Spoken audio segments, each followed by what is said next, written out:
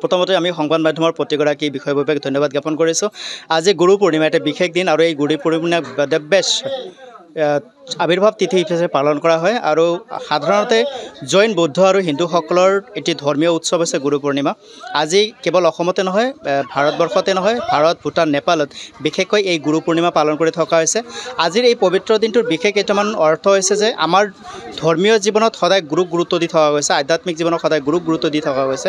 আমি যেতিয়া এইখন সংসাৰত জন্মগ্ৰহণ কৰোঁ, আমি মায়াত আবদ্ধ হৈ যাওঁ আৰু মায়াবদ্ধ প্ৰতিগৰাকী জীৱেই এই মায়া চিন্তনৰ কাৰণে উপায় বিচাৰি হাহাকাৰ কৰে। তো তেতিয়া যেনেকুৱাকৈ প্ৰখৰ ৰ'দৰ পৰা আপুনি যদি হাত সাৰিব বিচাৰে তেনেহ'লে আপুনি বৰবৃক্ষৰ ওচৰত যাব লাগিব আৰু বৰবৃক্ষৰ ওচৰত আশ্ৰয় গ্ৰহণ কৰাৰ লগে লগে আপুনি ছায়া পাব, ফল পাব, ফুল পাব, ডাল মূল সকলো পায়। ঠিক তেনেদৰে যেতিয়া সংসাৰৰ বিষয় চক্ৰ, আহাৰ নিদ্ৰা মৈথুন ভয়ৰ আদি যিখিনি বিকাৰ আছে, বিষয়ৰ বিকাৰ, সেই বিকাৰবিলাকে যেতিয়া জৰ্জৰ কৰে, থৰ কৰে, তেতিয়া এই জীৱসকল ক'ত আশ্ৰয় কৰে? গুৰুৰ ওচৰত।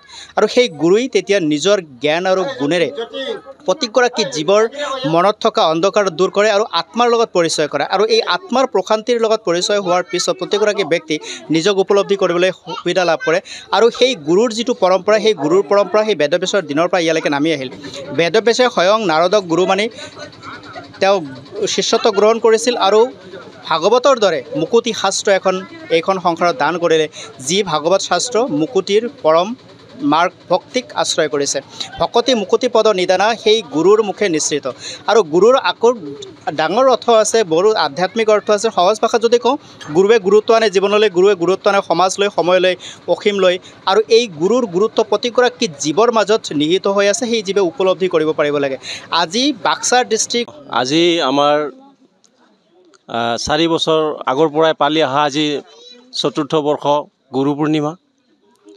এই গুৰু পূৰ্ণিমাটো আমাৰ গাঁৱত তাৰমানে এটা বছৰতেই প্ৰায় 4জন ব্যক্তিৰ তাৰমানে যেতিয়া প্ৰাণ মানে ঢুকাইছিল, মানে বেমাৰ আজাৰতে ঢুকাইছিল বাৰু। তেনেকুৱা ক্ষেত্ৰত আমি কেইজনমানে তাৰমানে চিন্তা চৰ্চা কৰি এই ভোলাজাৰ নাথচোপাত কিবা এটা অঘটন ঘটিব নেকি বুলি ভাবি আমি ঈশ্বৰৰ ওচৰত আমি অকণমান চিন্তা কৰাটো ভাল বুলি কোৱাত সকলো ৰাইজে হৈবত দিলে।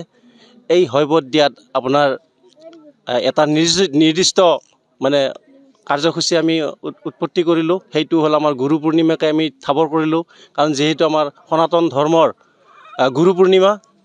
এই গুৰু পূৰ্ণিমাটো আমাৰ উপৰোক্ত ব্যক্তি দাস ডাঙৰীয়াই কৈছে যে গুৰু আমাৰ ব্যাসদেৱৰ আজি জন্মদিন আছিল, আমাৰ গুৰু জন্ম আছিল আজি। এই গুৰু আজি তাৰিখতে গুৰু জন্ম হৈছিল। সেয়েহে আমি সেইকাৰণে এই গুৰু দিৱস পালন অৰ্থেই এই দিনটোকে বাছনি কৰি লৈ সেই দিনৰ পৰা আমি এই 4 বৰ্ষ আজি ৪ৰ্থ বৰ্ষ আমি ভাগৱত পাঠ কৰাৰ কাৰণে আমি সিদ্ধান্ত ল'লোঁ।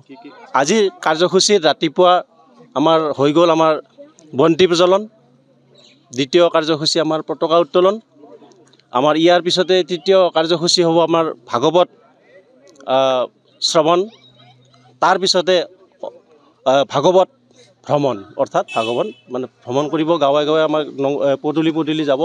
ইতিমধ্যে আমাৰ ভাগৱত আমি সাংবাদিক মহোদয়ক মোৰ ফালৰ পৰা নমস্কাৰ জনালোঁ। তেখেতে আমাৰ এই গুৰু পূৰ্ণিমাৰ উপলক্ষে আহি যিখিনি আমাক মানে আন্তৰিকতা দিলে, তাৰ কাৰণে আমি বহুত বহুত ধন্যবাদ। আৰু ভৱিষ্যতে আমি এনেকুৱাকৈ যাতে প্ৰতি বছৰেই আমি এই শাওণ মাহৰ 5 তাৰিখে এই গুৰু পূৰ্ণিমাটো পালন কৰি থাকিব পাৰোঁ, সেইটো আমি সমূহ ৰাইজৰ আমি শলাগ লৈ আমি একোটা মানে এডাল ৰচা লৈ পেলাই এইখিনি যাতে আমি প্ৰতি বছৰে জয় গুৰু শংকৰ সৰ্বগুণকাৰ যাক ৰাখি নাইকমা তোহাৰী চৰণৰ ৰেণুকতা কৌতি বাৰেক কৰো প্ৰণাম ৰাম বাৰেক কৰো। মই এইখিনি পালন কৰাৰ কাৰণে ৰাইজক মই বহুত সুখী হৈছোঁ, মই ভাল পাইছোঁ। কাৰণ মোৰ এতিয়া সময় আহি আছে দেচোন, এতিয়া ৰাইজে যাতে আশীৰ্বাদ কৰে ল'ৰা ছোৱালী জানো ভাল আহে, মই তাকে আশীৰ্বাদ কৰিছোঁ। আৰু গোটেইগিলাখানে জানো সমূহে ৰাইজে আশীৰ্বাদ কৰে ল'ৰা ছোৱালীগিলা বা আই মাতৃ বা বাপসকল সকলোৰে জানো ভাল শুনো। যেনে দেচোন আই মাতৃ হওক বা বাপসকল সকলোকে এইদিনা আশীৰ্বাদ কৰিছোঁ, সকলোকে জানো এইটো ধৰ্ম প্ৰচাৰ কৰি সকলোকে ভাল জ্ঞান দেই ল'ৰা ছোৱালী, মই তাকে আশীৰ্বাদ কৰিছোঁ আৰু কৃষ্ণ।